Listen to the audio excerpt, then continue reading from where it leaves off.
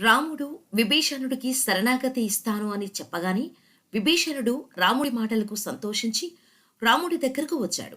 ఆయన భూమి మీదకు దిగుతూనే ఇది రాముడు నిలబడిన భూమి అని ఆ భూమికి నమస్కరించి అన్నాడు. రామచంద్ర, నేను రావణుడి తమ్ముడిని. నన్ను విభీషణుడు అంటారు. నేను లంకా పట్టణాన్ని విడిచిపెట్టి నీ దగ్గరకు వచ్చేశాను. నా ఐశ్వర్యాన్ని, భార్యను, బిడ్డలను వదిలేసి నువ్వే నా సర్వస్వం అని నమ్మి వచ్చేశాను. నా శిరస్సుని నీ పాదాలకు తగల్పి శరణాగతి చేస్తున్నాను. నా యోగక్షేమములను నువ్వే వహించాలి అన్నాడు. రాముడు విభీషణుడిని తన పక్కన కూర్చోపెట్టుకుని లంకలో ఉన్న రాక్షసుల బలబలాల గురించి అడిగాడు. అప్పుడు విభీషణుడు రావణుడి గురించి, కుంభకర్ణుడి గురించి, ఇంద్రజిత్ గురించి మరియు ఆ లంక ఎంత శత్రు దుర్బోధ్యమో కూడా చెప్పాడు. అప్పుడు రాముడన్నాడు, విభీషణ, బెంగపెట్టుకోకు. రావణుడిని బంధువులతో సైన్యంతో సహా సంహరిస్తాను. నీకు లంకని దానం చేస్తాను. నిన్ను లంకకి రాజుగా పట్టాభిషేకం చేస్తాను.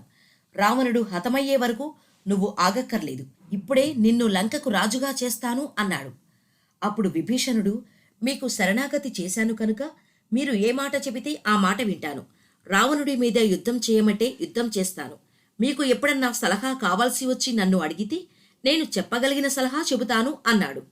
మళ్ళీ రాముడు అన్నాడు, లక్ష్మణ, వెంటనే వెళ్ళి సముద్ర జలాలని తీసుకురా. ఈయనకు అభిషేకం చేసి లంకారాజ్యానికి రాజుగా ప్రకటిస్తాను అని విభీషణుడికి పట్టాభిషేకం చేశాడు.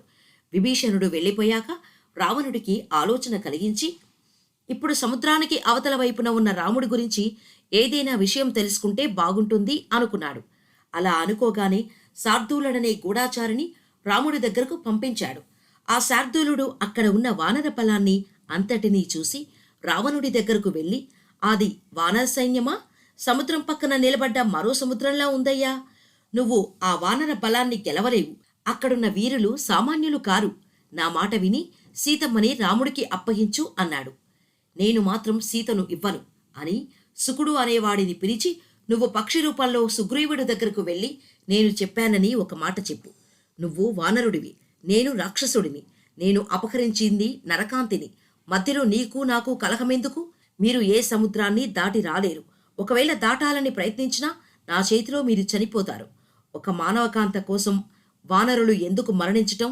నా మాట విని మీరు వెళ్ళిపోండి అన్నారు అని సోదరుడైన సుగ్రీవుడితో చెప్పి, నేను ఆయన్ను కుశలమడిగానని చెప్పు అని సుకుడిని పంపించాడు రావణుడు.